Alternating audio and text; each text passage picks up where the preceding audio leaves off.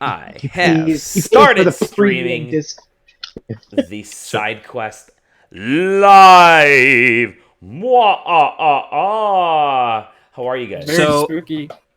if we're live right now, hey, Kenny Omega cosplayed as an Undertale character in AEW. Is Yes. wrestling good again?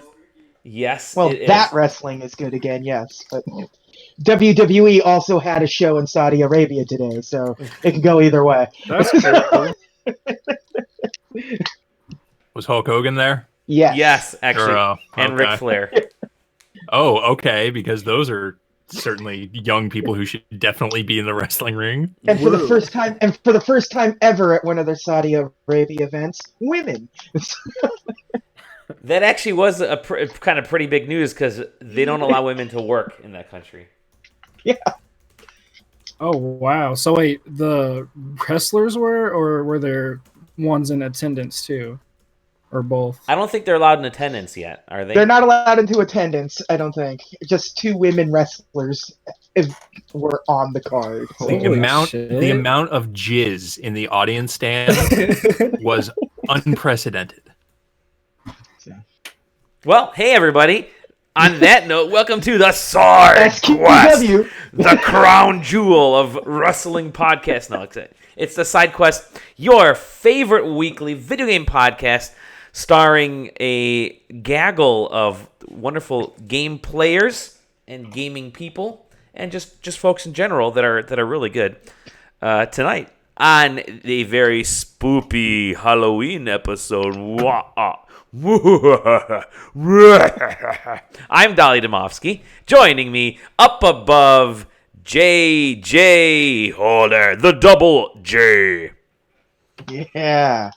There we go. How you doing? That's good. That's I as got good as you nothing. can do. I got nothing. You got nothing.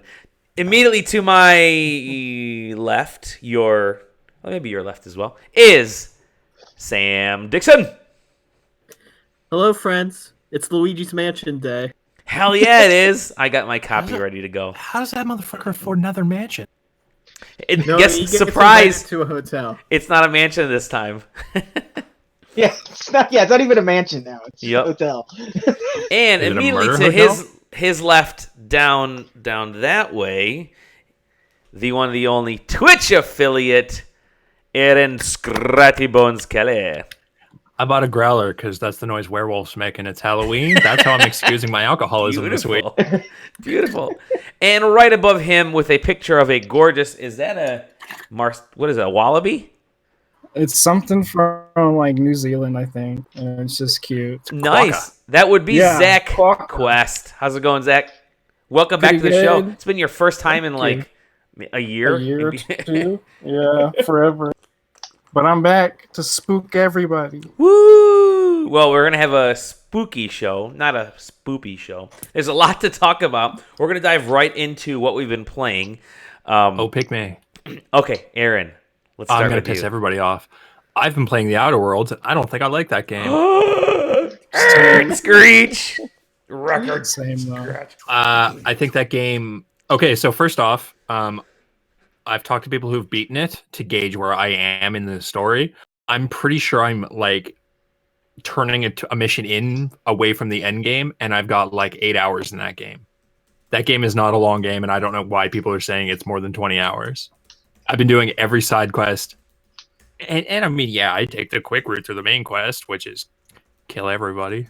But I mean, I've been doing everything. I'm decently leveled. I've got all the companions. I'm doing their side quests, and it's just like that's a fast game, man. The shooting's really good. I think the writing's really good. I like a bunch of the characters, and just something about that game I don't like. I can't even. I'm glad I'm not the one writing something about it because I don't know how to put it into words. It's just I'm playing through that game, and I'm just like, oh, that's a funny line, I guess. Oh, I see what they're doing. I see what they're going for here. Oh, that's clever. Huh. All right, I guess I could turn it off now and then maybe come back to it the next day. Come back to it eventually. Yeah, I don't know. Yeah. So you I don't like that game. it. That's really weird. I don't like it, and it plays very well. It shoots really nice. Mhm. I wasn't expecting that from from a Fallout style RPG from the people who made Fallout New Vegas, which is a game I fucking hated the shooting in. So But, it sounds like they figured out the shooting, but maybe they didn't make. Well, the it probably rest helps of if they don't have any VATs in this one. They've got a slow down time mechanic, which is neat, but How long is the game? They're saying like 15 hours or so, something like that. Yeah, I want it's to like say 10, 15. Yeah, I want to say Obsidian was out there like before launch saying it was like north of 20. But Yeah. It may be if you're getting a bunch of like extra side quests and shit done. So, I guess So what there are was mul- it there that are like mul- is really turning you off about the game? I think if this game had come out 5 years ago, maybe 10 years ago, and pretend that it came out 5 or 10 years ago with all the, the graphical reductions that would be required for a game of 5 or 10 years ago, it comes out contemporary to the time. If that game was the exact same game, written the same way with the same story and the same characterizations, I think it would have landed a lot better. But at this point in time, where their whole story is like, oh, the corporations are bad and everybody's indentured servitude, and the corporations are like these megalithic, like for profit only monsters and blah blah blah. It doesn't really play as like, oh, that's so weird. It's just like, oh, yeah, I mean, I see that in the news every day. So what's up? That's It's just like it's not landing for me because it's not unrealistic the way a space sci-fi game should be. Like the game opens up and it's just like there's a crazy cinematic and there's a mad scientist. You're probably thinking, all right, here we go. We're going to do it. Your character gets rescued and he's like, we're going to save the galaxy and free all the people. And you're just like, fuck yeah, man, I'm on board for life. And then it's just like, oh, the first planet you go to, it's a corporation that cans fish and all the people can fish for a living. And so it's like modern problems with just a slightly space glaze to them. Yeah, kind of. And I mean, it's all taken to 11. Like one of the first side missions you see is this dude is like, hey, go talk to these 4 people for me because they have to pay for their own graves. And it's like, yeah, I remember what that's like because, my grandmother died last year and we had to figure out how to pay for her grave. Like, that's not landing with me, man. And the hook, you have to pay for everyone's in your family line's grave. It's not just your grandma's grave, it's your great grandparent, but yeah. But that's what I mean. Like it's dialed to 11, but it's just 11, yeah, okay, I guess like that's a thing that a corporation would do probably. In this, it is the how Fallout is the future of the rocket age. This is the future of the industrial age, where it's like where pre-unions existed. So it's like what would have happened if unions never became a thing? This is what this future is. And it's just like it's the exact same style of universe as Fallout, just from a different past's perspective of what if. But then, like on that same planet, it's like you walk for 30 seconds outside of the town and you hit another town, and it's all these people who quit their jobs basically, and they live in what is essentially a big hippie commune. And the dude who runs the town, he hates those guys and they're a bad influence, and we got to deal with them. And it's just like, why? I don't understand why the corporation hasn't nuked them from space. Like, why, if they're a problem, why didn't they just take them out? If these corporations are so bad, you know what I mean? It's just like orbital laser done. Yeah. Well, then you have no video game. I mean, yeah, but it's just like make them be hidden or something. Not make them. They're literally up the road from the town. You walk in a straight line out the side door and you get there. But it's just, I don't know. It's just none of that game really landed with me. All of it was just like, Who else on staff is playing it? I haven't started playing it yet, but JJ, I take it you're playing it. Okay. Yeah, I'm playing Zach, have you played it? I never would have played it if it wasn't part of Game Pass. That's right. I gotta get the Game Pass. I played it for like 9 hours, and I'm almost done with it too. And I've done pretty much every side quest along the way too. So this seems like the perfect length of a game for me, actually. Yeah, it's working for me because I realize I'm almost done with it. I don't want to invest a whole lot of time in it. I'm just enjoying myself. I'm fine with it. I don't think it's a game of the year contender, but I really like it. It feels too samey compared to the games that came prior to it. Like besides the shooting being good, it's still the same exact game. So, yeah. Sam, were you the playing it characters too? are cool. Yeah, Yeah. I've been playing it too. I'm coming at it at a weird angle just because I have actively disliked the Fallout games in the past. From their stories to the mechanics to their like atmosphere, just has like never landed with me. I remember And you I'm creating s- those change.org petitions during the Obama era to just shut down all the phone. Yeah, the sort of like retro past future that this game goes for. Like, there's something about CRT televisions in the future that really speak to me. So atmospherically, It's because you're in front of a screen the entire fucking day. Is that what it is? yeah, atmospherically, it's like it like kind of nails it on the head. I do agree that some of that corporation nonsense is just like kind of beats you a little bit too much with it. But just the sort of like, and I mean, I'm gonna say this like it's basically baby's first Fallout, kind of like it's nice to see the sort of interactions of like, oh, this line of dialogue or this situation was only occurred because I had this companion with me. Like I think really early on, the first companion you get is an engineer, and there's a quest that somebody else gives you that they're like, I don't know the term, but racist against robots. And they're like, go deal with this robot, and you find out it's just a robot that's broken and like trying to get back to its service center. And if you have your engineer stat high enough, or you have that engineer with you, she can just fix the robot, and it goes away. And if you bring that companion with you to the person that sent you on that quest and tell them that the robot's taken care of, she gives the robot a name.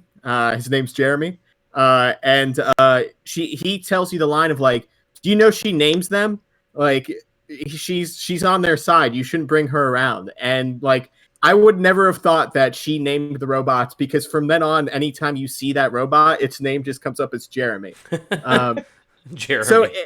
So and I'm sure Fallout has that type of interactions, but it's just been nice to sort of see that kind of like subtlety in those sort of dialogue changes. And I can say, as somebody who tried to like raise my persuade stat and my dialogue stats as high as possible, that is basically a cheat code for that game, because you can convince anybody of anything if you have like good I've dumped skills. all of my stuff into those persuasion things, and it's just the Jedi mind trick. I don't know why. every The one single thing that person. genuinely did make me laugh about that is there are so many checks that use your lie stat, but you only need a 1 in them.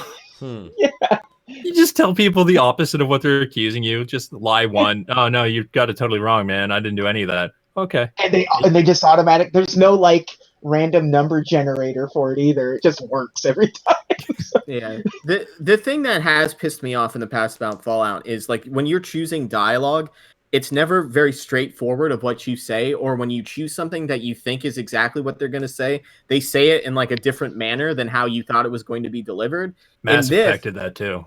Yeah, in this, like all of the dialogue, like I've never chosen a piece of dialogue that didn't land exactly how I thought it was going to. Which is very nice in comparison to that.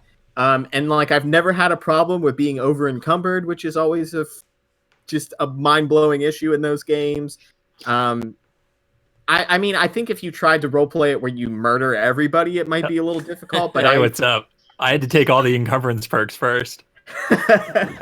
I've been trying to do combat stealthy. I actually had to raise my difficulty because combat was becoming too like just simplified for me. So, I think if you're into those sort of games, I can see how maybe this isn't for you. But as somebody who's like seen that genre and thought it was unapproachable before, like this has certainly landed very well for me. Yeah, cool. I always hit a wall in like Fallout 3 or Fallout 4. I'm like, okay, well, I'm done. Yeah, it's usually same here. You hit that wall. Usually for me, it's like I'll hit the wall where I start thinking, shit, I have to go look for stuff before I can advance this story. It's like that weird, those aspects of like Twilight Princess and Skyward Sword where you had to, all right, got to go find 600 of these things now just so I can advance the story. And from the Fallout series is usually, all right, got to go upgrade all my weapons and armor to get past the stupid brute. But this sounds like it might be a little bit easier than that. So that's pretty good. Cool. All right. So what else have you been playing, Aaron? That's it. Just that? Yeah. I sent you the I went PC to review I went code. to play that. I went to play that review code. I activated it, and remember last week when I helped Jeff Grubb with the thing? Yeah. So in order to use that feature, because it's in beta, I had to upgrade my Steam client to the Steam beta. Okay. And when I tried to launch that game, it killed my Steam client. So I had to spend a bunch of hours yesterday fixing it. Oh, that sucks. Something about it. It wasn't the game. As far as I can tell, it wasn't the game's fault. It was just some interaction between activating a code while you're in the beta. Okay. Just tweaked it the wrong way. Some mix between that and my system, and just every time I would turn Steam on, the whole window would gray out, and I couldn't bring my friends list up, and I couldn't launch any games. Yeah, it was a pain in the ass. That sucks. I have been playing one other thing, sort of. I started playing GTA Online again because I got a craving for races. Oh wow! I was in a lobby. Everybody in the lobby got hacked. We all got teleported to the same apartment, and then the hacker was able to force every person in the lobby to sell their apartments. So we all got trapped in this little cube because we were no longer legally in. And then he gave us all $100,000. Which is 1/15 the amount my apartment cost. So yay. We had Tom join us for just a split second there. That was weird.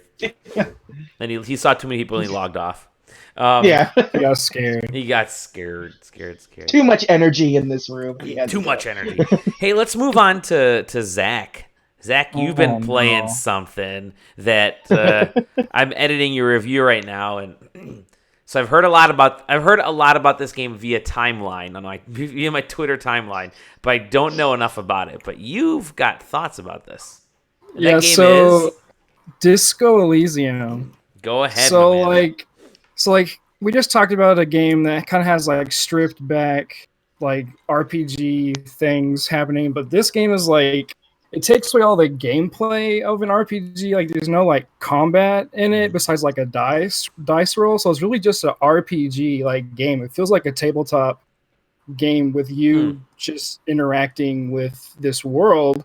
But the way it like places you is you play as a cop who's sent to investigate this murder. But prior to the game, you go on like a drinking binge and you wake up and you don't know who you are. So you play as a dude who doesn't know who he is. You don't know who he is or what anything else is. So it like gives you this cool way to like role play as a detective in this weird like post-capitalism like socialist country with like conflicting ideas. It's just like very ambiguous, but also not like it's kind of hard to even talk about it because there's like unions who are fighting against the corporations and there's like socialist groups. There's just so much stuff in there, but it's like it's just an insane game. It's just all dialogue and walking around and interacting with this world and being a cop trying to figure out who and why things happen. What's the setting? Is it like cyberpunk or? It's like Dishonored, like kind of like it's kind of like that. Oh, interesting. Huh. So it's like, and it's based in the 70s. That's why it's called Disco Elysium. So it's kind of like this weird, like grungy sci-fi fantasy 70s version of like it feels different, but it also feels samey at this. So it has this weird balance between like otherworldly things and just like normal, like, oh, this is a union, but also the union is at war with the corporations. They're literally at war with like guns and like fighting each other. But you don't really get to see that stuff happen because you're just a cop trying to figure out who killed this dude. But yeah, like the devs are pretty open about how they made the game too. So you can go look at their blog and like all the stuff that they've talked about actually happens in the game. There's like, they're saying there's over 1 million words of written dialogue in the game. So yeah, and then they said like there's 60 hours of gameplay that you can get, and I got 30 in my first try, and then 20 in my next. Yeah, but it's just all just like dice rolls and talking and figure everything out. It's an interesting game. It's amazingly written, and I don't think I can view games the same way after playing it because the writing is just so good. A lot of people are saying real similar to this because my timeline has been folks just talking about how the writing and the plot and just the storytelling in general and how you're interacting with the story and all that, it kind of changes their perspective of how you can actually build a game around around interactions as opposed to actions. It's like the first game I've ever played and made me feel like I was role playing as a different person. Wow. Okay. Like instead of thinking like, oh, what would I do? I'm thinking like, what would this guy do? Oh God, that's awesome. That's my biggest issue with role playing games is I never role play, and I've been like half working on an article for the last 5 years about like I don't know how to role play because I always end up trying to do. Like be the good guy and do all the positive, the good things. Yeah. I can't actually role play. So this is really cool that you're actually, and I think this is what people were really kind of, excited about with this game is you're actually role playing as this character instead of as yourself in situations. Okay. And so you're basically like in a normal like computer RPG like Baldur's Gate. You would have like different parties, like people like, oh, here's the rogue, here's the mage, blah blah blah. But in this game, like the different people that you talk to are in your head, like different personality types or different like stats. So like my guy was really smart. He knew like a bunch of just random shit. So like I could walk up to a car and know the model, the make, the year, where the paint came from, blah, blah, blah. But there's other things where I was talking to a person and I wouldn't know like what their face was doing or how they were feeling. But if you use other stats in a different playthrough, your character can be more like, oh, this person's feeling this way and I can relate to them on that way. So there's so many ways that you can interact with the world and how your characters inside your head will talk to you and say like, oh, this is this, or they're feeling that, or you just saw this over there, ask them about this. Like there's just so much to it. It's just this huge, dense game. And I think 8 or 9 people made it in like 3 years. Wow. It's something. And the game's gorgeous. Like it looks like a painting. Like I don't know. So we first got the first time I even heard about this game was at PAX East. They sent us like an email and hey, come check out the game. Didn't hear anything about it before that. Didn't check out the game at PAX East. Didn't hear anything about it afterwards until you mentioned it a few weeks ago. Said, hey, let's see if we can get ourselves a code or something for Disco Elysium. I'm like, I don't even know what game this is. And then since then, it's been a snowball effect of people talking about this game. It's very word of mouth.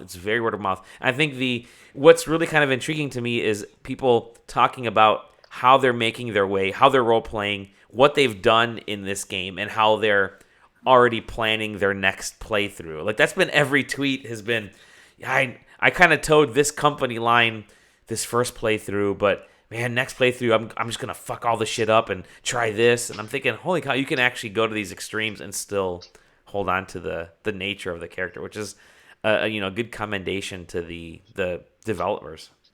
Yeah, so like there's also a moral system too, like not a moral, but a morale system, like how your guy feels. So like not the mushroom morals. Okay, got it. No. So like your dude can be like, oh yeah, I'm a good cop, I'm gonna try and figure this out, and then he can fail a roll, and your guy can get really depressed and like sad, and that'll change the way you interact with people. Or he'll like have a mental breakdown where he like runs and like flips off a cop and like runs into a lady in a wheelchair, and like that's just all part of him like freaking out. But the way you fail and the way you win, it doesn't make you feel bad not doing good on a roll. It makes you feel like, oh, this is just how it plays out, because it's not like the game does a really good job of not making you feel a certain way. Like it doesn't tell you how to feel. Like you know how to feel, but the game's just like, let's just see how a person like digests this thing. because there are people in the game who are like really racist and really sexist, and your character can be like that too. But you can also be against that. You can also be for that. You can fight against that. Like there's like so many angles, so many ways.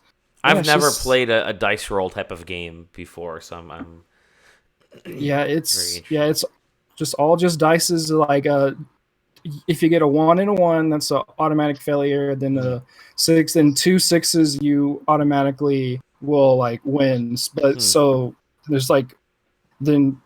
But yeah, so just depending on how good your stat is how many pluses you get to your roll, blah, blah, blah. And the game's constantly rolling, so it'll just constantly tell you different things. While you're walking around the world, a thought bubble will pop up and say, oh, look at that. Oh, here's this. Oh, that person just did this. It's insane. I've never seen anything like so dense, ever. Is this only a PC right now? Yes. Okay. It's very much a PC game. I don't know how it would be on consoles, but Or if it may even appeal to the same type of crowd. That's sure. Yeah, I get it. yeah. Cool, man. Yeah, I'm gonna keep an eye on this one. It's on my yearly list of games that I need to pick up at some point. So the constantly growing list.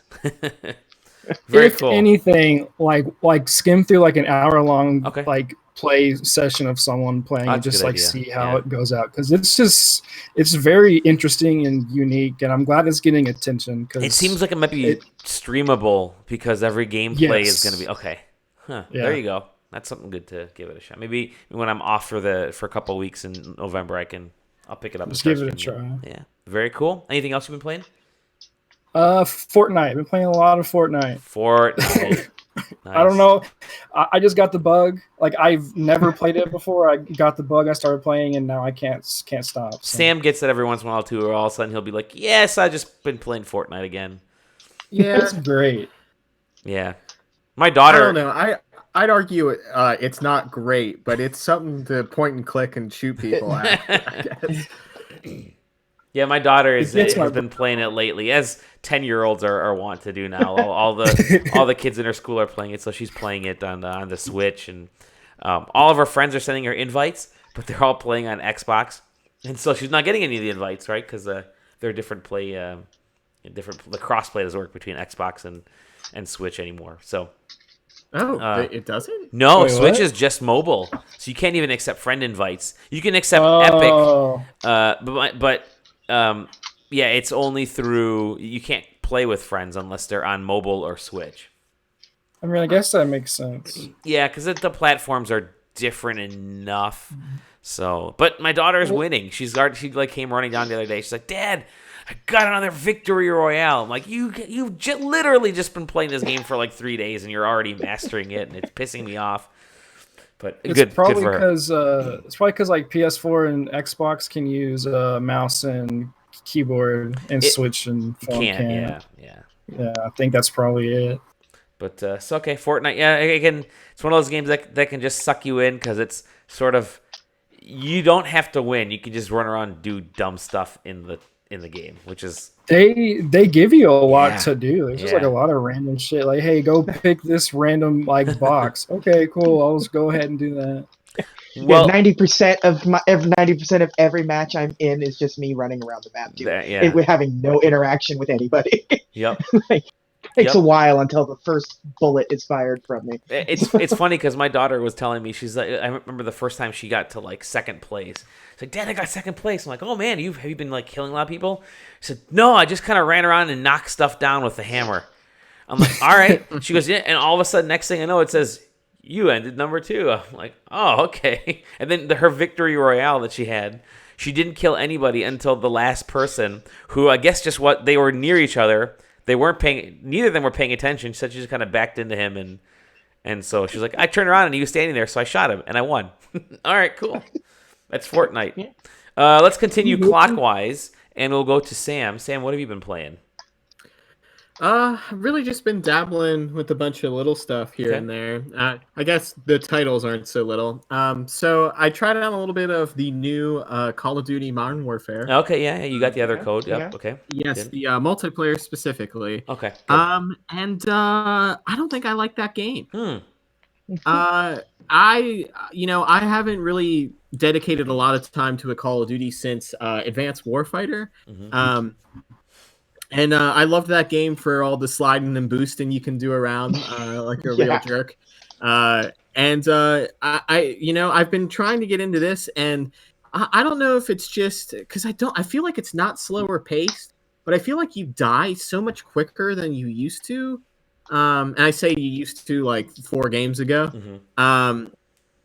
It just seems like everything's like now, like it was a Twitch shooter before, but now it's like if you know where the camping spots are, there will always be somebody there. They will always kill you in a heartbeat because they just fire their gun as soon as they even hear somebody coming around the corner.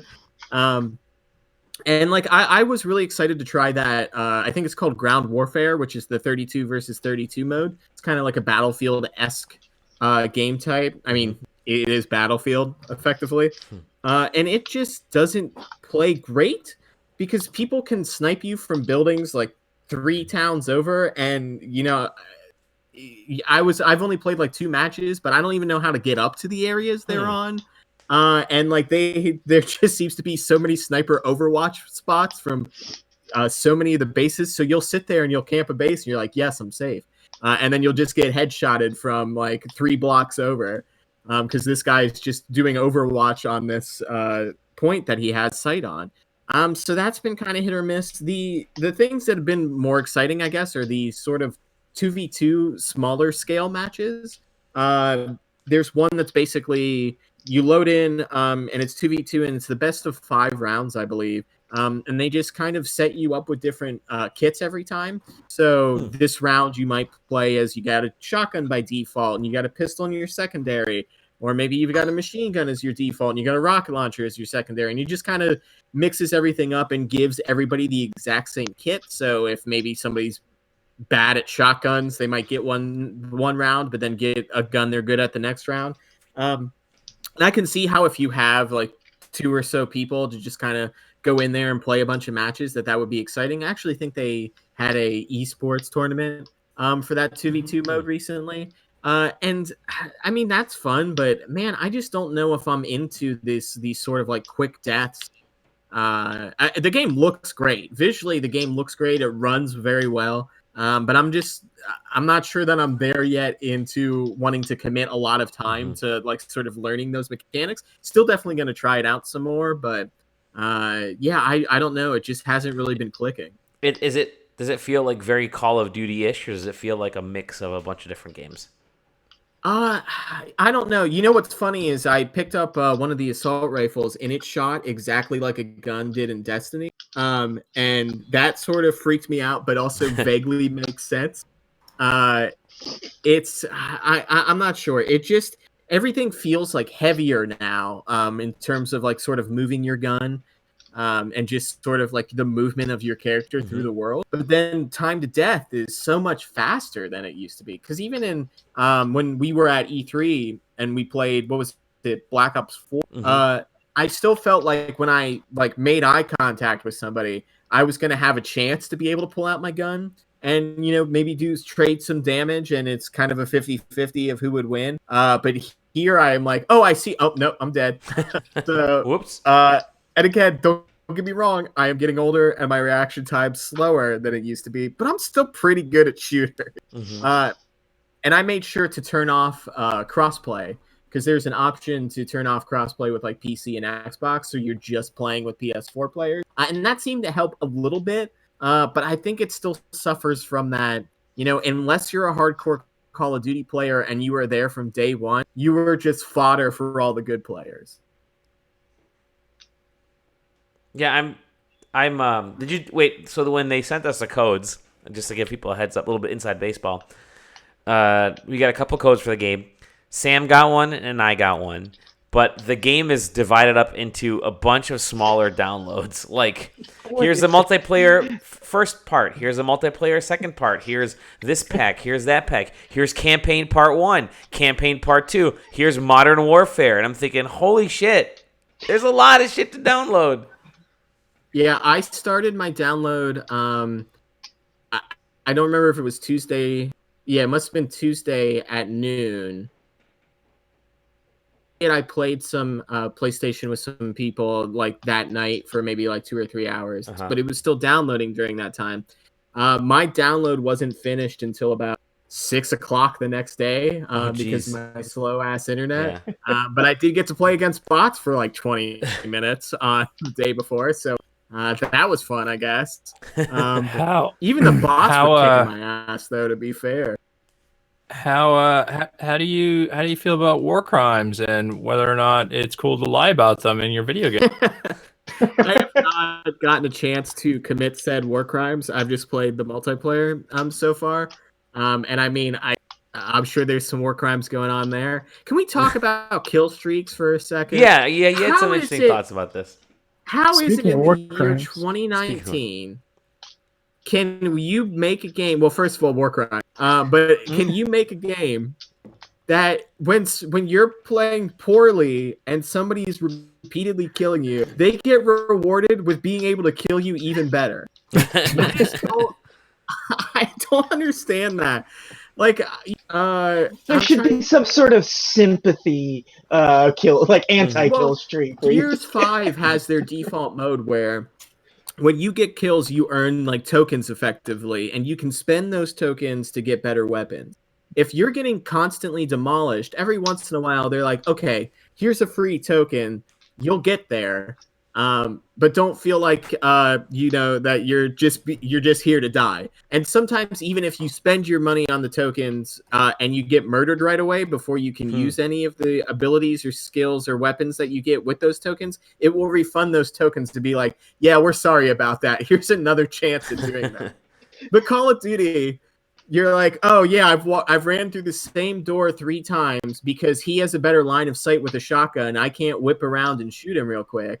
And now he has a radar that shows him exactly where I am and exactly when I'm coming through the door.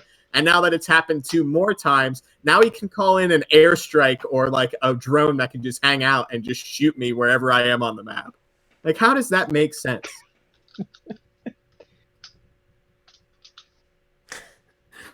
So you're liking it, is what you're saying? Oh, I love it. Yeah, I was trying to come up with a white phosphorus joke, and I got nothing. So. Yeah, I mean, there's all types of other stuff. I mean, what are you gonna do? It's making war fun, TM. Yeah, that's making war fun, TM. I like that. Yeah, I've been playing the single player of that. That's where I'll be starting as well with the campaign in the next, probably tomorrow or maybe even tonight. Get that campaign going and give that a shot. Call of Duty. I don't know how you play, JJ, but or Sam or anybody. I'll start with the campaign.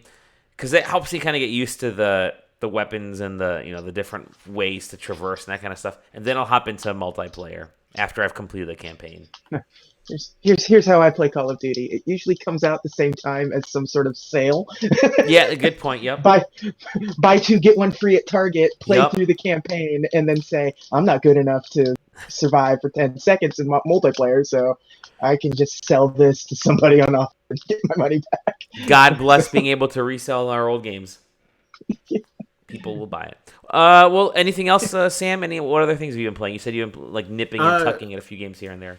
I'll jump into something else, but just real quick to double back to Call of Duty. I don't know if you've messed around with any of the menus or any of the sort of loadout system that's in multiplayer, but it just doesn't make any sense. Like everything has like everything will pop up a box that's like a tutorial, and it's like, hey, here's a paragraph on how you do this, broken up into 3 photos. And I'm like, okay, cool. And then it's like you play a couple matches and you load back in. It's like, hey, here's another 2 paragraphs to tell you about something cool. Did you enjoy shooting those bros? Now you got a laser sight. Awesome. So I don't know. We have gone so far away from shooters where it's like, hey, do you want to play team deathmatch? Like, here's the button to start team deathmatch. Like, you're gonna have a good time, and if you don't, like, we got search and destroy or like capture the flag if you're into that too. And instead, it's like, here's your daily challenges: get 15 pistol kills and play a way you don't want to play, so you can get that XP to unlock something. So I don't know. Maybe I'm just burnt out on what is like the mainstream multiplayer facet of those types of games. But to jump on to something just a little bit more light and fun, Since we are in spooky Halloween, I did play an hour or so of Luigi's Mansion 3 before coming on. Is it scary? It's scary how much I love that game. I just picked it up too, so I'll dive into it tonight. I will say my favorite part about the Luigi's Mansion games is it paints Mario as an idiot. Finally. And I love it. Like there's like I don't want to ruin too much, but the opening cinematic is them like getting to the hotel and like everybody coming off of the bus. And like Mario only has a vocabulary of about 5 phrases, and 2 of them are different variations of "Let's go." Let's go. It's a me. Yeah, exactly. And Charles Martinet gets $50,000 per word. Ridiculous. But that whole first opening cutscene is amazing. And what is it? Luigi says something like "Yowie Wowie," which is like hysterical. And like, there's so many. Like, it's just that whole series might as well be Mario is stupid.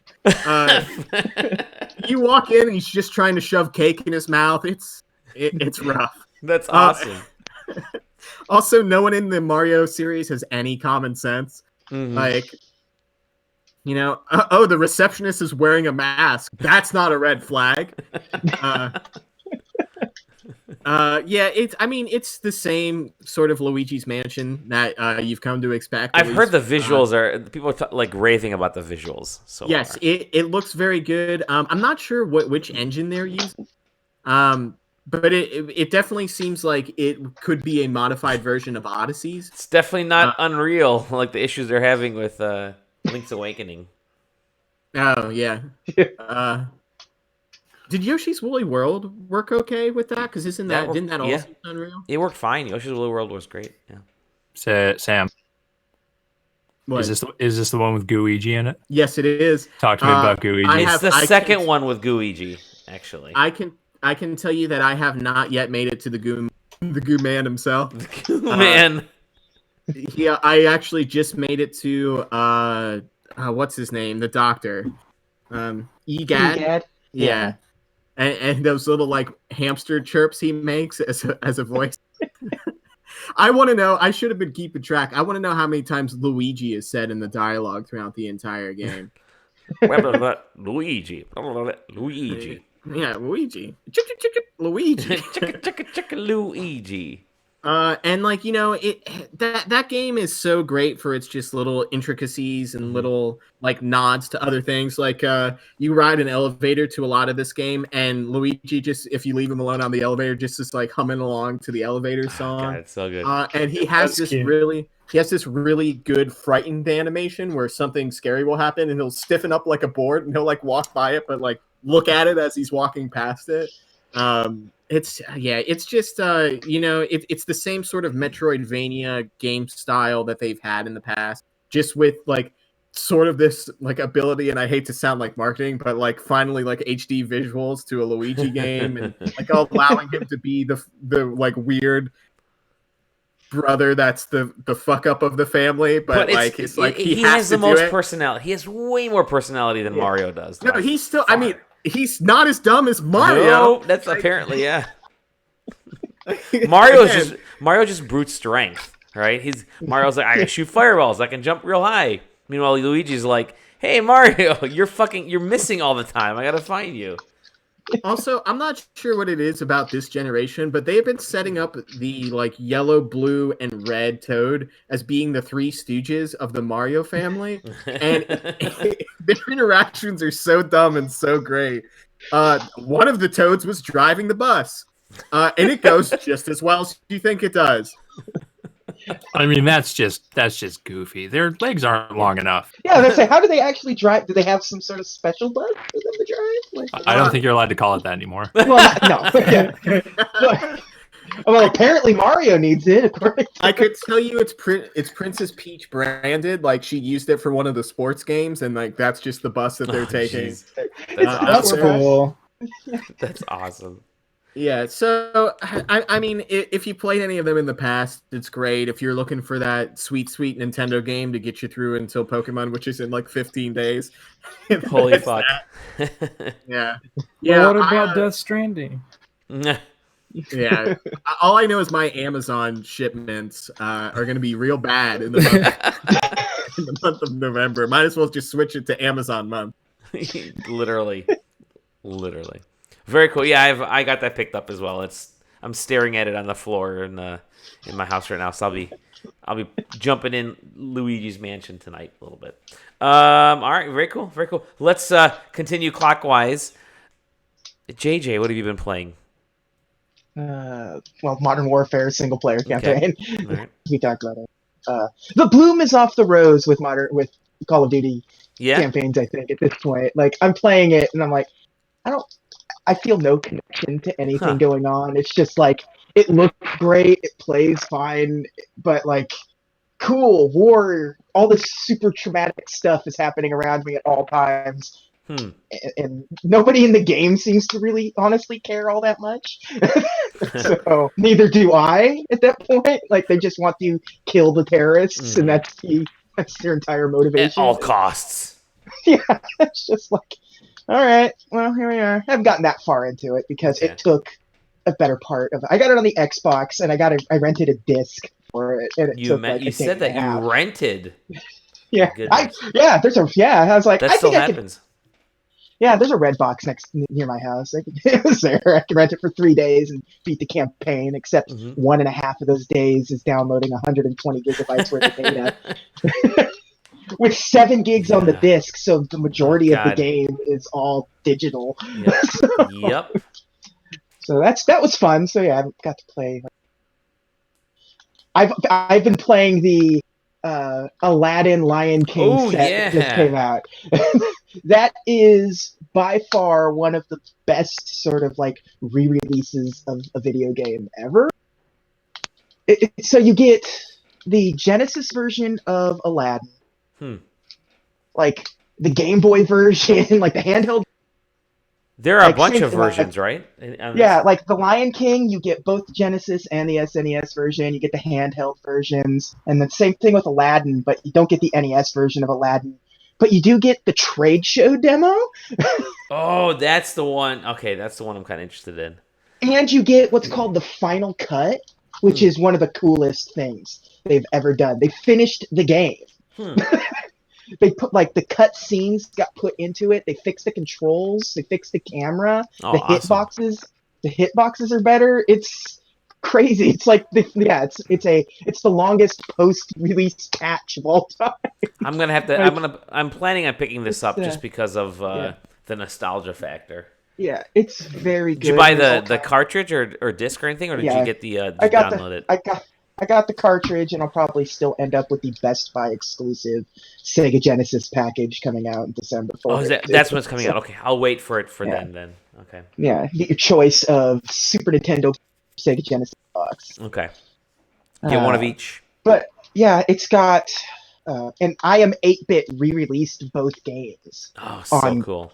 On original hardware, so you can get the Aladdin game on the Sega Genesis cartridge, or the Lion King game on an SNES cartridge. That's amazing. That they were able to pull all those strings, especially with like Disney and all that stuff going on. Wow.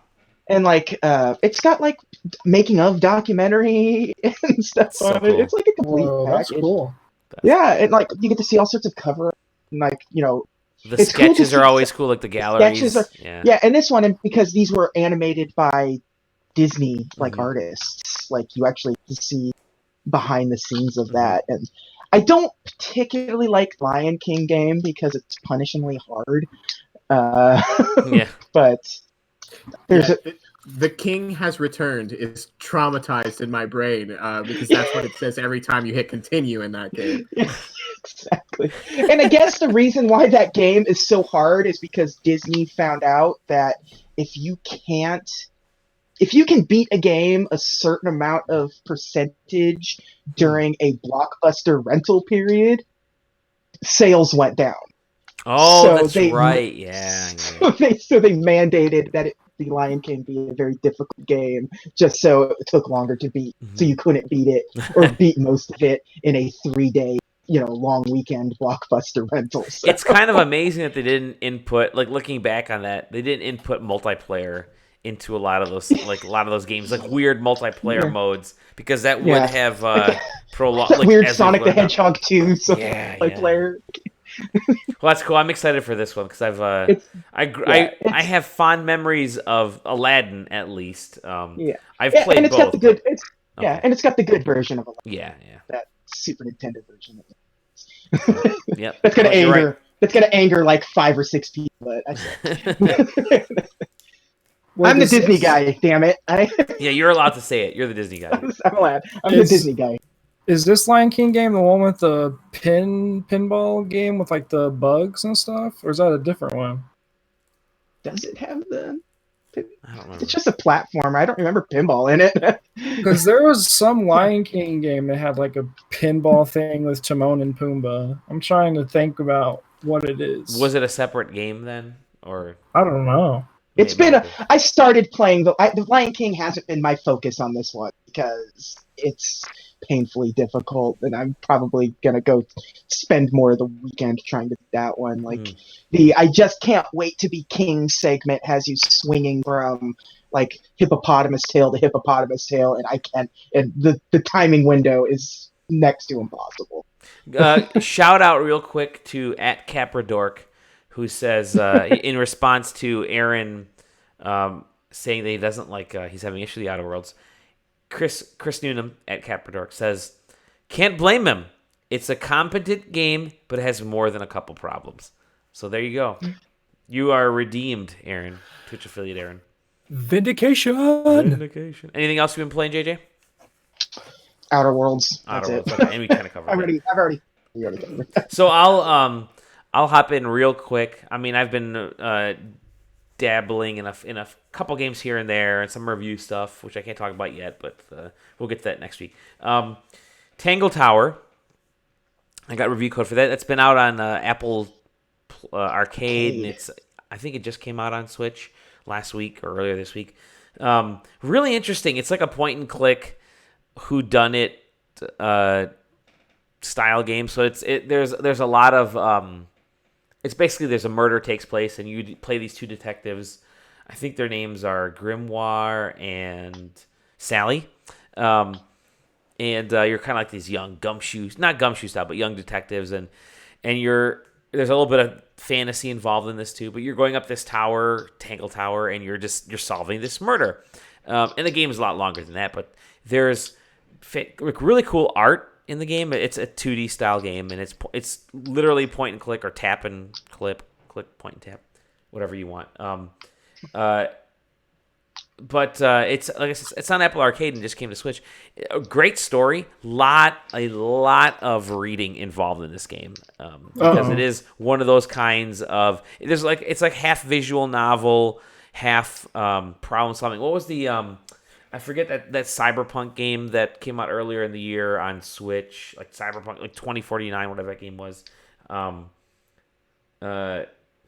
It's kind of like that in that it's an adventure game, pure adventure game. But you're tapping and you're examining things on the screen. There's like a little bit of like, what do they call those hidden picture type games where you're just like scanning stuff on a static screen. You're tapping until you find something.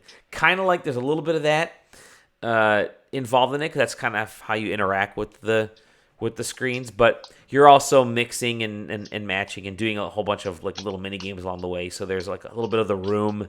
It's kind of weirdly, if you guys have played The Room, the games, a little bit of that is kind of weirdly in there.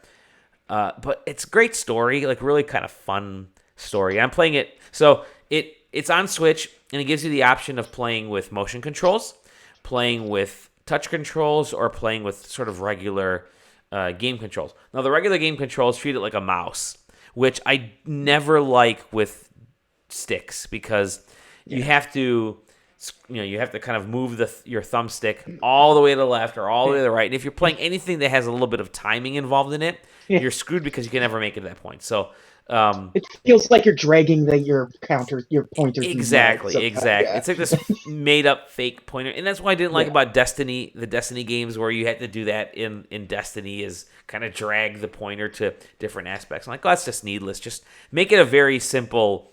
You're just tap left, tap right, up and down, that type of thing. But so I've been playing it more in the touch mode, and I could definitely see why it's perfect for like iPhones, or phones and tablets and that kind of stuff. But it's really enjoyable from just a storytelling standpoint and problem solving. Characters are kind of cool. Yeah, I mean, if you're into adventure games with a little bit of like clue, like the very first puzzle you come across is, how did this girl die? Well, you select the item potentially that got killed with. You select the phrase, like let's say you select the paintbrush in this. So I select the paintbrush. The paintbrush was covered in is the phrase you can select out of like 50, and then there's like you can select blood or painting or one of the like Fiora or one of the other, like it gives you like a set of icons and stuff. So to kill this person, and so there's like this little kind of mix and match to tell these to solve the puzzles and some stuff. And then like I said, there's a room style puzzle where you're moving gems around. There's a little bit of everything in this game. It's become my I'm playing it for a week now. It's become my in between, like if I'll play a bunch of Fortnite or I'll play Ring Fit Adventure or something, which I've been playing more of. By the way, fucking tiring out on that game. I'm drenched in sweat every time I play that stupid game, and I'm like, I'll talk about that in a second. So it's a good game to play in between because the way the levels are set up in Tangle Tower is you're moving screen by screen. And you have to back out of where you are, go to the map, and then go to the next screen over. So it's like these kind of flats, these single screens. So, and the autosave is fine. So it's great for folks who want to just kind of read a story and do kind of the visual novel style stuff, but have a little bit of puzzles involved in it and a little bit of point and click type of thing. So, so far I'm really enjoying it. Not madly in love with it because I don't like the controls very much. I'm not big on tapping on the switches screen, just because I don't know. I think the weight just doesn't feel quite right on the Switch. So tapping on it never felt right. But I can certainly see it being really nice on an iPad or a tablet or something. Anyways, enjoying it. Check it out. I'll have a full review of it this weekend. And then back to Ring Fit Adventure. I'm still doing this thing. I think I'm like day 11 or day 12 of my own Ring Fit Adventure, and I don't know if I've lost any weight, but I sure as hell have learned to hate different movesets in this thing, like the fucking the squats. I realize again how much I hate doing squats because you do a ton of squats and you're not getting a lot of return in these squats when you're fighting enemies. Like, all right, go ahead, do 20 squats. So you do like the first 10 squats at like normal pace, and then you do 10 really fast to try to for the second half. It's like, all right, you took out 80 HP. Meanwhile, if you do like the yoga pose, you're taking out, like, which is slower and more methodical, you're taking out like 300 HP on some enemies. So there's a little bit of like distribution in attacks and stuff, which makes me kind of leave the more intense things behind, I guess. And I'm already figuring out how to like rig the RPG system in the game in a weird way, or hack the system, I should say. So I know which attacks always take out more and yet exert the least amount of actual workout for myself. So it's getting to that point, but I'm in World 4. Disrupting the workout business. Exactly. I'm totally throwing it. But I got into my first grindy portion where I realized I wasn't strong enough to face off against the boss on one of the, I think even World 3. I wasn't strong enough to face the boss. I kept getting killed. So I went back, did a bunch of grinding, I should say, for a couple days, and I mean a couple days. So I went through the map for like once, and then I took a break. Then the next day went through the whole map again, took a break, and then I faced off against him because you don't want to do a ton of working out in one day. Which is, sorry, I'm getting a little bit drunk, which is good. This Kirkland shit, holy cow! Good job, Aaron, you Canadians. This is good stuff. Thanks. Grinding, you're welcome. You're like, thanks, I did it myself. grinding in a typical RPG, you could grind in like a couple hours, just kind of get through whatever grinding you need to do, and then you're all set. In Ring Fit Adventure, when you're grinding, because there are some RPG elements to this, I guess, it's days. You're grinding for days until you build your strength up to take on certain enemies, because you don't want to. It's a gym grind, baby. It's a gym grind, exactly. You don't want to work out for like more than 40 minutes in the game. Like I was watching baseball yesterday, the World Series, which you may have heard of as a sport, and I'm like, all right, it's the third inning. I'm gonna do a little grinding on Ring Fit Adventure, and then go back to the game. So I did like one section of the map, the part of the world. I kind of redid the whole map, I should say, and I was done. I was cooked. I'm not gonna go up against the boss because I know the boss battles are like 15 minutes, and so I'm like, okay, forget it. There was my hour right there for the day, and I don't want to work out again the rest of the day today, so I'll try it again tomorrow. So there's like that weird sort of, the gym grind type of thing, which I don't know if I quite love just yet, but it's meant for working out. It's not meant for being an RPG. But that's where I'm at with that. That's where I'm at with the games I've been playing. I'll talk more next week about Sonic and Mario, or Mario and Sonic at the Olympics. I think that review deadline is up. I've mentioned before the nostalgia, the 8-bit stuff is really cool, and then some of the dream events I've been playing, which are the non-realistic Olympic events. Like there's just some crazy shit that goes on. They've been kind of fun so far. So I'll talk more about that next week. But that's it. That's what I've been playing. That's what we've all been playing. Woo. But what hasn't been playing is the news, because there's some shit has gone down over the last 7 days. Aaron, let's get into some news bites. Yeah, I got a couple stories. Hey, here's one I pulled that I don't really care about, but I pulled it pretty much for you and Sam. All right. How do you guys feel about the fact that Amazon is going to stop allowing the sale of used Nintendo games on their platform? Really? Or have stopped? Yeah. I did not know that. Mm-hmm. So apparently they sell used Nintendo games. I didn't know that either. Actually, they sell third-party sellers can sell the shit through there and stuff like that. I guess the idea is Nintendo games and products are like some of the most counterfeited stuff. Okay. So they're just like, nope. Gone. And according to reports, so this news report that I'm looking at is from 7 hours ago, and there are people commenting on the report saying, yeah, I had a bunch of used stuff or secondhand stuff in my cart and it's all gone. So wow. So there's that. Guess you're gonna have to pay the Nintendo tax, everybody. Yeah, I guess you have to buy the fucking games, I guess. Well, I will say that used games, Nintendo games have like fantastic trade-in value, so their prices only go up later on for Nintendo games. Sure, because they're fucking cartridges. So. Hey, you know what else price went up? It's something you like that segue? It's something we talked about last week. Fallout 76 with that $100 package. Hey, it turns out that the private servers they're selling you aren't private, and the unlimited storage box that they gave everybody is destroying everybody's items when they put them in. Oh shit! I didn't hear about this at all. Fuck. And alongside with that, ZeniMax is refunding customers who bought Fallout 76. Really? Yeah. Oh jeez. Oh fuck! What a disaster. Specifically in Australia right now. Okay, but I can see that expanding everywhere. Oh my god! What an absolute fucking disaster it's turned into. And I understand you need to make money off this somehow because it's been panned by critics and fans and stuff. Apparently, the game had gotten better over time, as these kind of do sometimes. I mean, it's no Anthem by any means, but at least they're trying. But not to the point where they've gotten to where they need to be. So, Poor Todd Howard. Interesting. Hey, speaking of things that fans don't like, that are attached to things that fans normally do like. Oh, man, I'm killing it with these segues. Hey, no, you're not. guess what Atlas is doing for Persona 5 The Royal? What's that? Remember those really fucking ridiculous streamer blocks that they had in place for the first game? Yeah, those are back. Oh shit! Yay. For a remaster with some new content. Oh goodness! Explain what this is to everybody who don't know what a streamer block is. When Persona 5 went live, Atlas came out and said, we don't want anybody streaming or talking about any content within the game beyond a certain in-game date. And it was very early in the game. They By the received a time lot you of turn the pushback. game on, you have to turn it off, basically. Streaming on PlayStation 4 was blocked entirely. Post the intro. They received a shitload of pushback from it.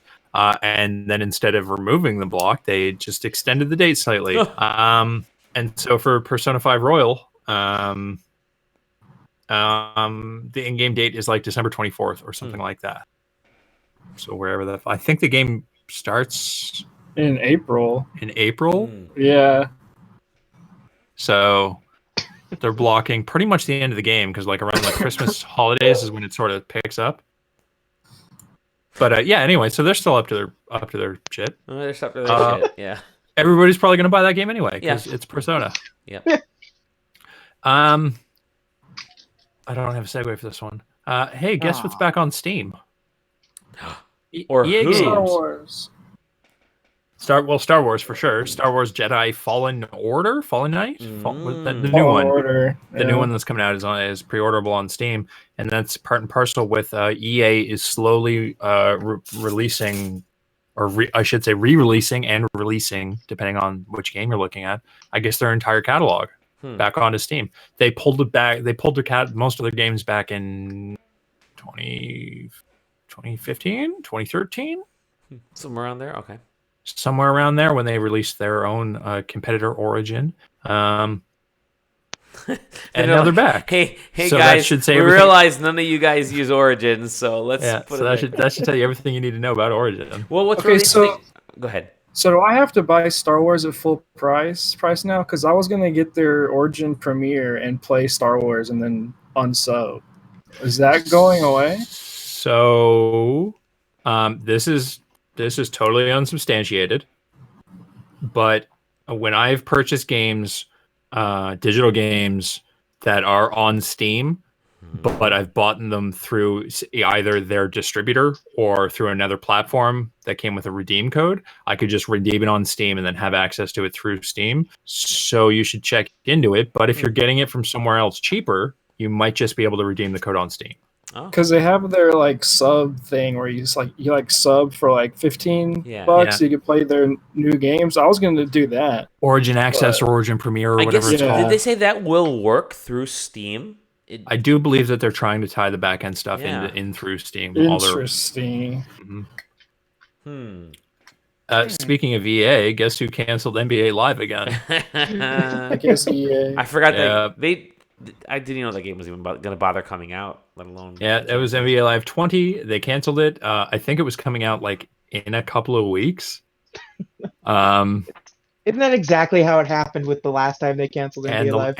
The last time it's been canceled. It's been canceled 4 times, I think, over the last generation. Yeah, and just before it's supposed to come out. There was the one time where they just gave you NBA Jam with the next one. Well, there was the one time where the release date came and went, didn't it? Yeah. Oh, that's right. I remember that the release date came and went. They didn't say anything about it, and all of a sudden they're like, "Oh yeah, it's delayed." Yep.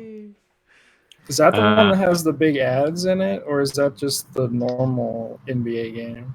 The NBA 2K is the one that has everything in it, so it probably got ads as well. But I saw like a big Converse ad in one of those. I think it's NBA 2K, but NBA Live is it's honestly probably both because that's just the NBA. That's the NBA.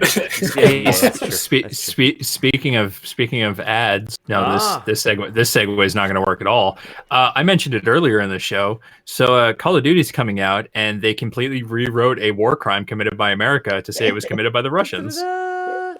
It takes place in an alternate universe where I guess it makes it okay that they did. Yeah, alternate universe where the Russians did the exact same war crime.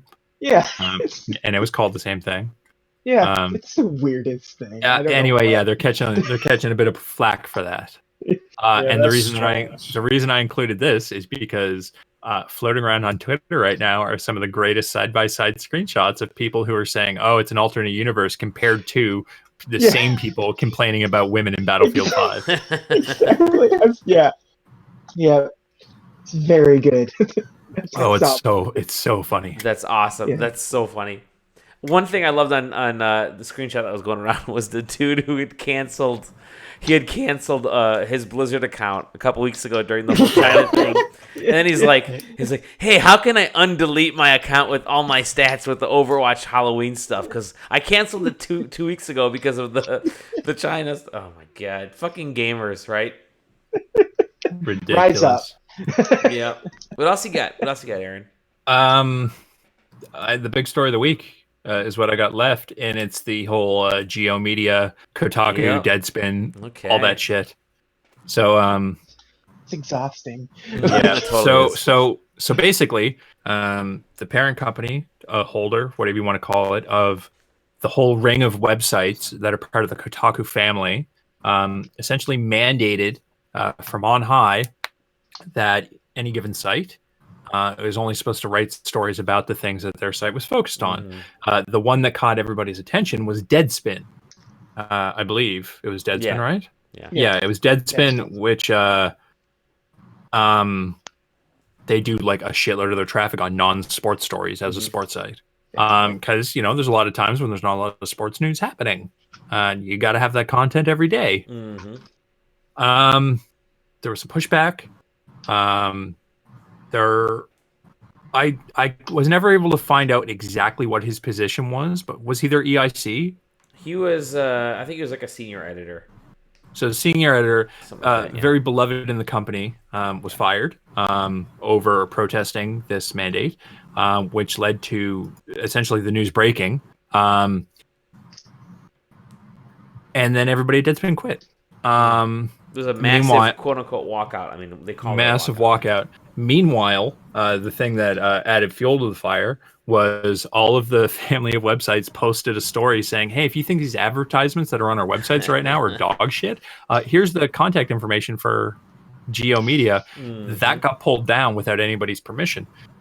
The reason that it's super newsworthy is that they're all unionized, and specifically as part of their union agreement, like upper whatever like them, like Geo Media, aren't allowed to dictate editorial content, and they're not allowed to change or modify or remove stories without like a consensus vote from the writers. So it turned into like a huge thing.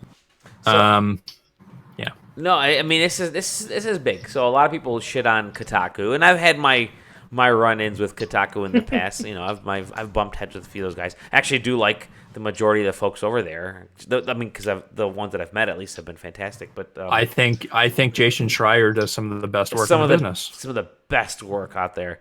But this is clearly a case of the issue that's happened with Geo Media and everything with these companies, is that they've changed ownership a million times. Like I think there was Gawker Media, and then Gawker Media sort of weirdly folded and sold everything to Univision, and then Univision sold them off to Geo Media, and the websites, the editors, everybody's just really getting kind of thrown around for a loop, right? Everybody that takes ownership throws their own set of requirements and changes to the websites, which if you've got a full staff that's going full steam ahead and they're doing great data, they're doing great stories and great traffic, and all of a sudden you have brand new owners every time who are wanting to make little tweaks here and there that are different enough, they're not so little, then that causes issues. And the latest with the Geo Media stuff and the whole stick to sports type of thing, you hear that argument on social media when people yell at actors and athletes, and they'll say, listen, stick to sports, okay, LeBron, you're an athlete, stick to sport or whatever, stick to acting, so that mentality of stick to sports can suck obviously, but can also suck the life out of editorial that has used these non-sports stories to kind of push their creative levels, right? So, well, and even beyond just that, it's not even like they were just flexing their writing skills. Right. Their non-sports stuff was genuinely a huge traffic driver to that site, and some of their most critically regarded stories. It's not just like they were doing sports stories and this other stuff. It's like they were doing sports stories and this really fucking popular you stuff. come for the great writing, and then you'll stick around for the rest of the stuff on Deadspin. I know a lot of folks that go to Deadspin daily, if not hourly, to check out what's out there because they got pulled in by one or two of those types of articles. Then they'll stick around for the same writers doing sports articles, which helps, when you put that same type of depth and thought into your sports articles as you do your stuff, I think that's super valuable. And to have an owner who doesn't care about that kind of stuff. Now, granted, the business side of me is like, well, yeah, the owner can do whatever they want. But then I also understand, like, holy shit, this needed to be laid out right away when ownership took over and said we're transitioning everybody to be more verticals instead of allowing you guys to do stuff or instead of doing all kinds of stuff. Let's make this transition happen and figure out how we're going to do this and get the buy-in from the entire editorial staff of all the sites before they went ahead with it instead of a blanket, just stick to sports email that they sent to the staff. It's like, fuck that. I mean, that's not the way you run a business. Those are my thoughts. Yeah, because like the concourse on Deadspin is like that's their non-sports section, and that has like twice as many articles in it than the sports side of Deadspin, and you got into this knowing full well what this website was. Well, I mean, like I don't understand the rationale behind it, especially for take a website like Otaku, right? Yeah. There are enough stories out there that you can write a gaming story like every hour. Yeah. And you can throw a couple of paragraphs up. And let's assume that you can't. There's enough gaming adjacent stuff that you can fill that space. With sports, there's only don't get me wrong, there's a number of sports, and depending on the time of the year, they're either active or they're not. So you got stuff to write about. But if it's like 2 p.m. on a Wednesday and there's fucking nothing going on, and you have to have an article. The only thing is here's the saber swallowing championships. No one's gonna read up on the saber swallowing championship. Well, I take it back. Saber swallowing championships could be pretty fucking badass. But there's nothing else going on at a 2 p.m. on a Wednesday. But yeah, you're totally right. Totally right. Yeah. I always look forward to their "Why Your Team Sucks" articles that they do just before the football season kicks off. They're always fun. Part of the problem, and I think that I'm saying this in support of the folks in all those sites, is that they build their websites not about sports, like let's say sports adjacent or gaming adjacent. It's about the culture.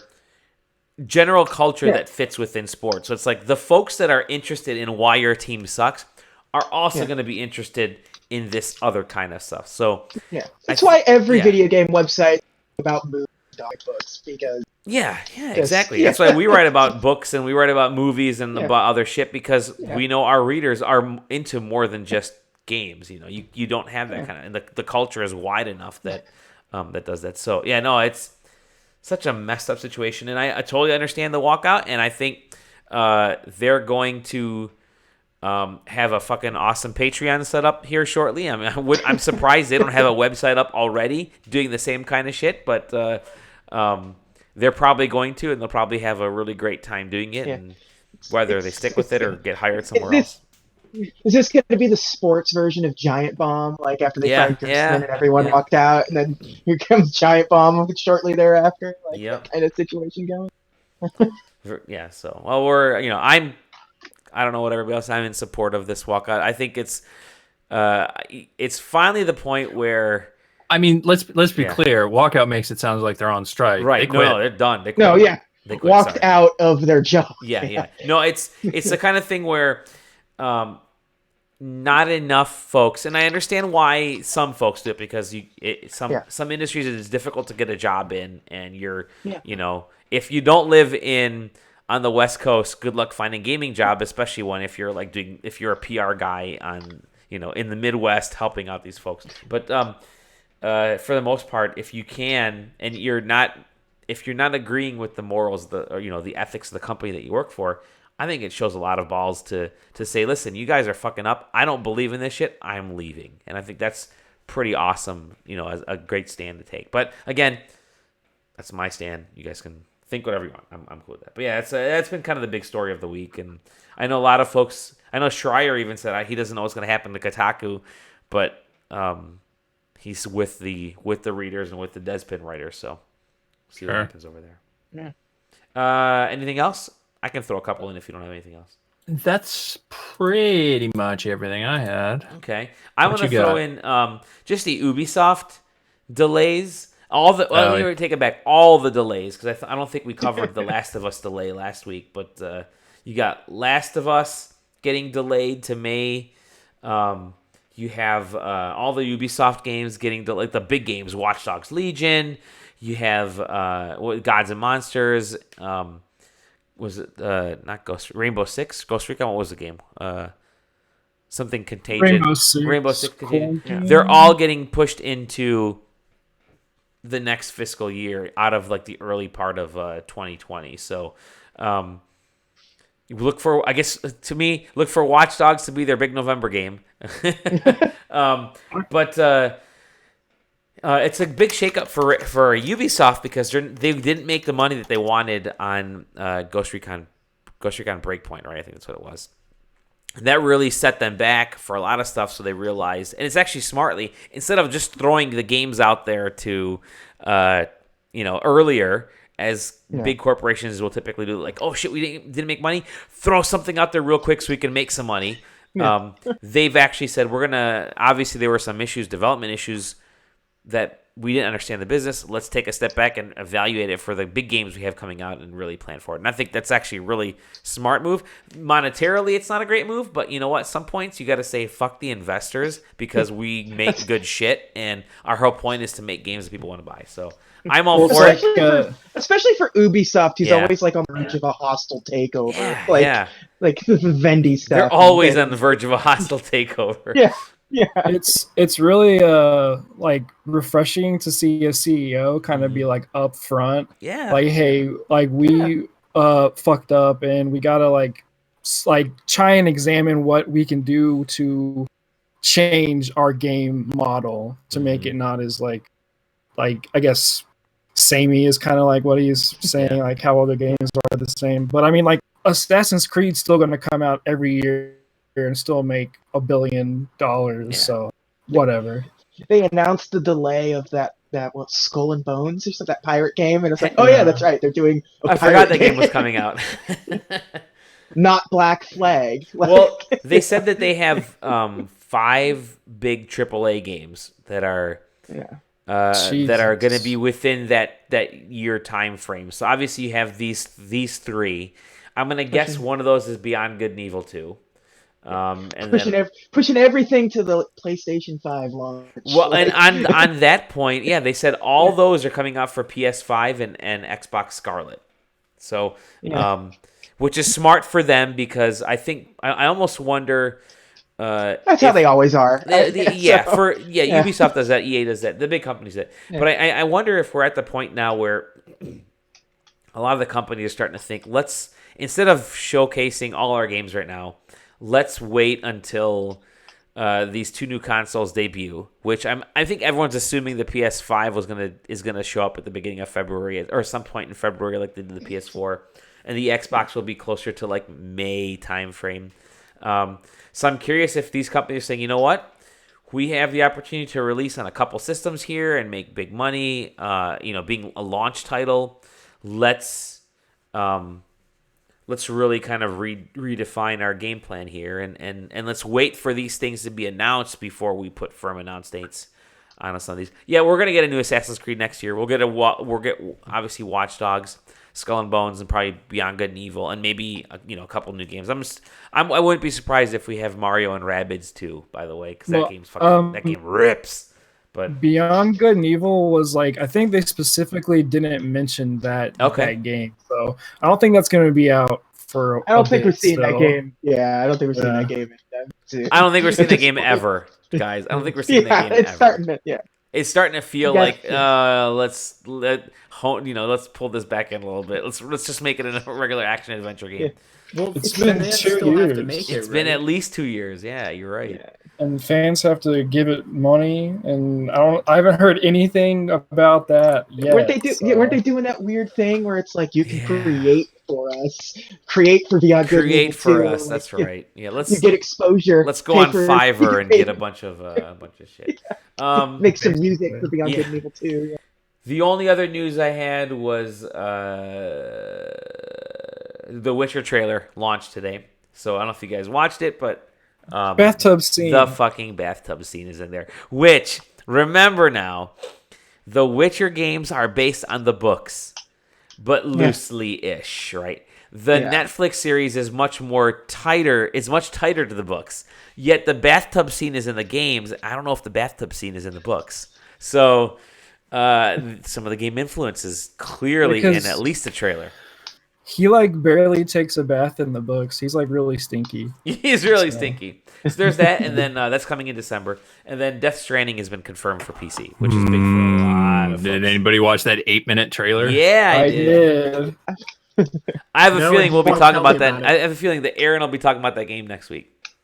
I hope so. I'm working right now on trying to figure out a way to afford it, because that's going to be that's like $80 that I do not have now. But I need that game. The reviews drop in 5 hours. Yeah, something like that, right? Oh boy, I'm excited. I'm going to be on a podcast tomorrow where I'm sure somebody will be talking about it. Yeah. You want to give a shout out to that podcast? I'm doing something with Jeff. I think it's Games Beats Decides again. Okay. He didn't actually tell me what he needed me for. He just said, we're doing it tomorrow. So I said, okay. What are you doing tomorrow? Put your webcam on. Oh, there's no podcast. Speaking of being online, where can we find you, Aaron? Take my clothes off now. What? Where can we find you, Twitch affiliate, Aaron? You can find me on Twitch and Twitter at ScrattyBones. That's it. I haven't really done anything recently. That's all right. And we're gonna have an influx of a bunch of reviews coming in from a few folks here and there. So I gotta play a thing and then I'll write a thing. Yeah, exactly. And Zach, where can we find you? Find me on Twitter at OKQuest, and that's really it. I don't have anything else. Yeah, he's a very simple individual. It's like, just find me on Twitter, baby. Sam, we can't find you anywhere except on the middle of the fucking screen on our YouTube. How do you always have the biggest fucking slot on our fucking video? I'm saying fucking. It's because you can only find me here. It has to give you as much of me as it can. Oh goodness, JJ, where can we find you?